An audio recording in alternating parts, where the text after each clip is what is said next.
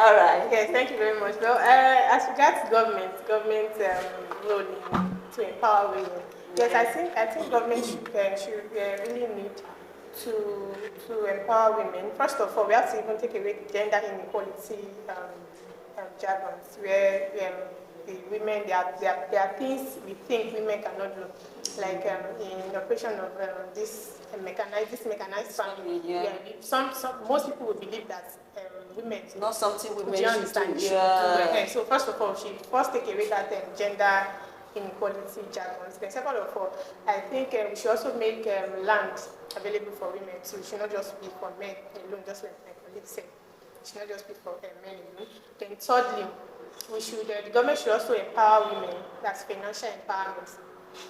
I was at this World Meat Day last month. Yes, that's last month. I can't remember the date. I was at World Meat Day, and I was very happy to hear that Sterling Bank through CBN, they are giving out loans to to women, youth and women. Yeah, they give out loans. So that is a very good move. Yes, so and I think they should intensify on it. CBN actually give out loans to women.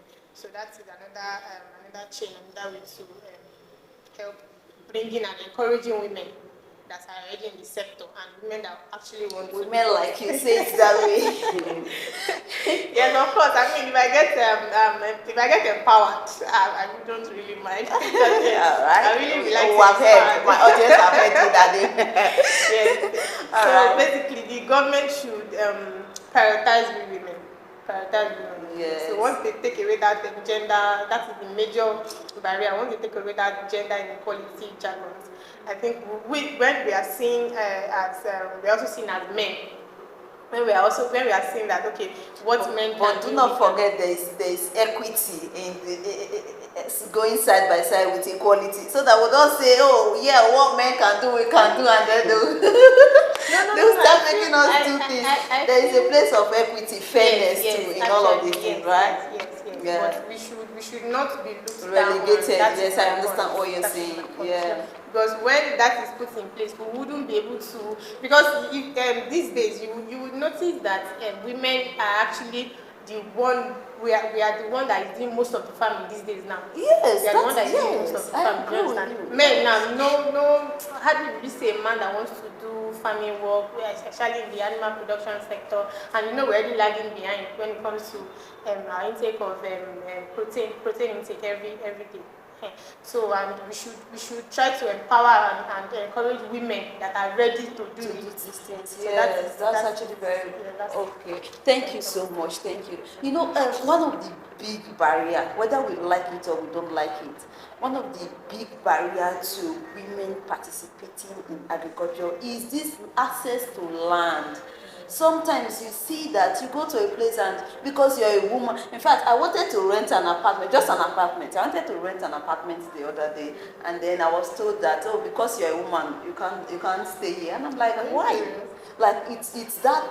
I'm just using that as an example. This access to land where they say it's your father that owns the land and he has the inheritance. He has built it to son. Do you understand? So women, you're not supposed to even have anything. You're not supposed. In fact, even if you're going to be farming, you see great women that want to do great innovative things and all that, and then you're doing so much and so wonderful things here and all that. Who owns this land? It's my great grandfather's land, or it's my brother that this land was built to. I just list it to do these things, and this access to land is a big deal.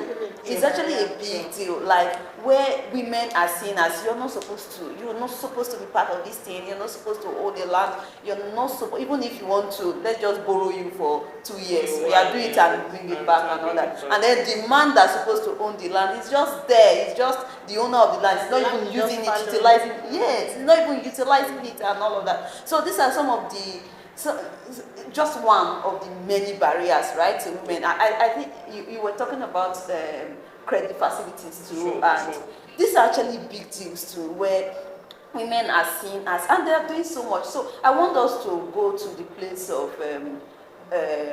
policy making. Do you think that women are supposed to be part of policy making?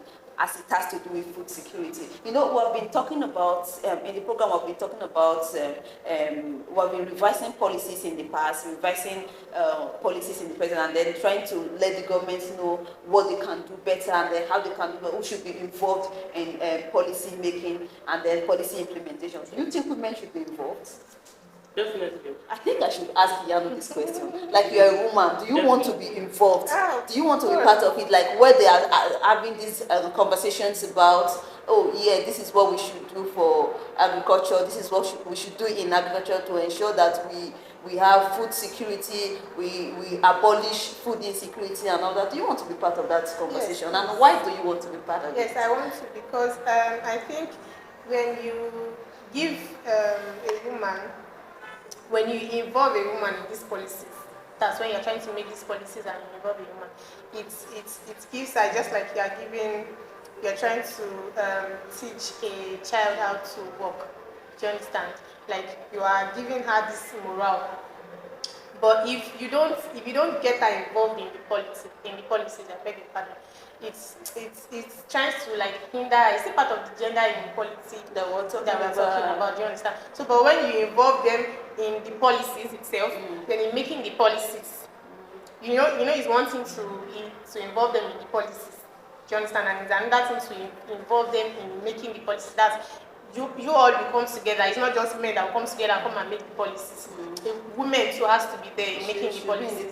Yes, do you understand? When they are making the policies, then we also need to the government also needs to make sure that the policies it's not just one-sided. It's not just towards the men alone. Do you understand? It has to be balanced, even if it's not 50-50. It has to be 65. 55. It should be 50-50, please. It should be 50-50, please. We're gone at the days where we used to say 65-40 or 25-70. Please, it has to be 50-50. Whether you all like it or you don't like it, we're going to have 50-50 equality. That's what we're talking about. So yes, but do you think, Lambo, this is for you. Do you think there are existing policies that are hindering women?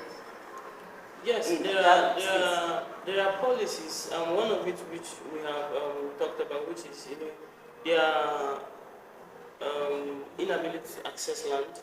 When you talk about land rights, coming from days past, those days, it has always been that our grandfather transfers land to his son, his son to his sons, to his sons, to his sons, and then the thing kept on going like that, and you discover that the woman does not have anything in this chain. So it has been like, I read in a book where the writer says it's a man's world, and I think it's something we need to break. Because it's a man's world. It's a man's world, but there was a woman involved for the man to become what he is. And so the woman needs to be recognized more. And first of all, we talk about land rights. So women needs to be given access to own land, because that is the first and most important thing when it comes to agriculture. Land. They need land to be able to produce. They need land to be able to do a lot of things, raise animals as well. She talked about raising animals from the backyard. So women should be given access to land, credit facilities, and also trainings also. And then also that you can get all these things, but yet if you don't have an environment where you can thrive more, you will not be able to do well. Some can just be doing at a subsistent level.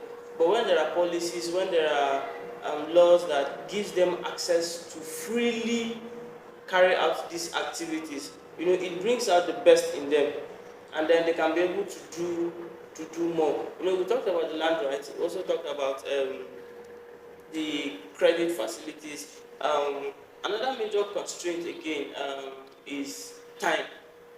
The woman has always been seen as a person that always stays in the kitchen, taking care of the kids at home, carrying out other domestic activities.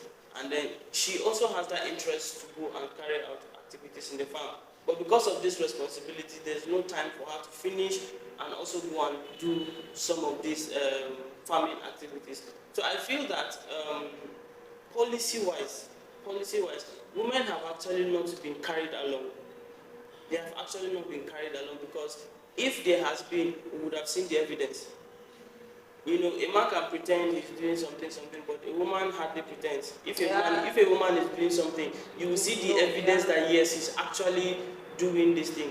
And you know, there's well, I've noticed over time that whatever a woman decides to do, it is always different from when a man wants to do it. Oh yeah, so that's actually a man talking about this. I really need to hear this, you know. Yes, Whether we like it or we don't like, that's how it is. Yes, Women, when they want to do anything, they put their hearts to it. Sorry. Yeah, so some of the policies needs to be adjusted.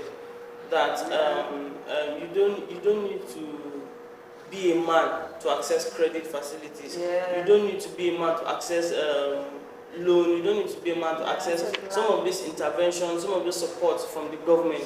You don't need to be a man to attain all those things. You're a woman, for Christ's sake. You're a human being.